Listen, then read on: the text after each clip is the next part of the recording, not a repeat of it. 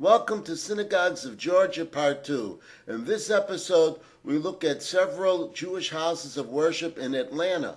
Atlanta is the state capital of the state of Georgia and has a population of about 448,000.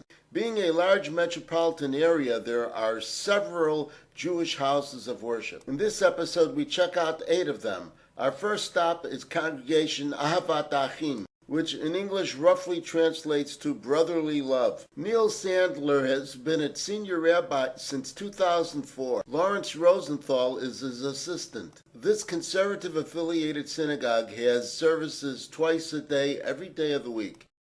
The congregation has been in existence for more than 100 years.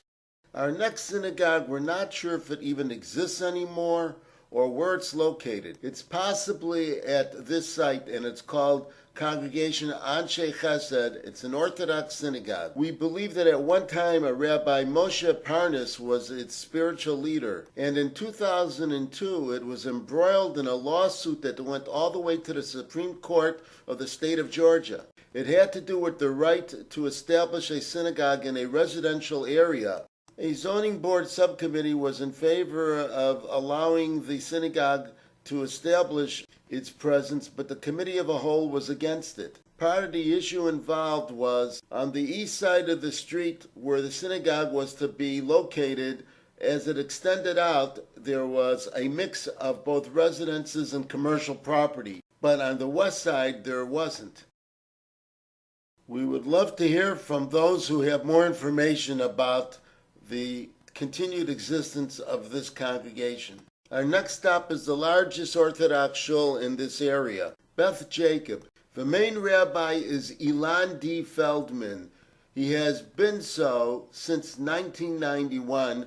Prior to that, he was an assistant rabbi as far back as 1980. He succeeded his father, who was the rabbi of this congregation for 39 years. Binyamin Sloviter is a rabbinic fellow, and Rabbi Yitzchak Tendler is on the staff. Not only does it have a daily service, both morning and evening, but in the mornings there are several services to accommodate people getting up at different times of the morning, as well as 2 evening services to accommodate different needs. The building in the dark shadows here is the Chabad in town. Shabbat services are held both Friday evenings and Saturday mornings. This operation was founded in 1997. We believe that Rabbi Eliyahu Schusterman is its director. More than a year ago, there were published discords between this Atlanta branch with another Chabad location in Atlanta concerning the promotion of citywide Chabad events. We hope they have worked out their differences. And then there is the Chabad at Emory College. There is both a Friday evening and Saturday morning Shabbat services when Emory is in session. This university-based Chabad encourages students to be involved in event planning and has a student board. Rabbi Zalman Lipskier is its director. It was founded in the year 2000. Here's another conservative synagogue, Congregation Beth Shalom. Mark Zimmerman has been its rabbi since 1988. Besides Shabbat services, it also has a Sunday morning services and tries to accommodate an evening service during the week. This congregation of about 400 families was founded in 1975.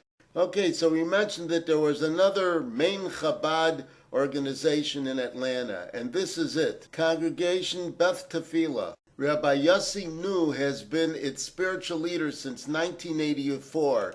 He is assisted by Rabbi Ari Karp, and we believe to be his son, Isser Nu. In fact, Rabbi Nu Sr. started this congregation back in 1984.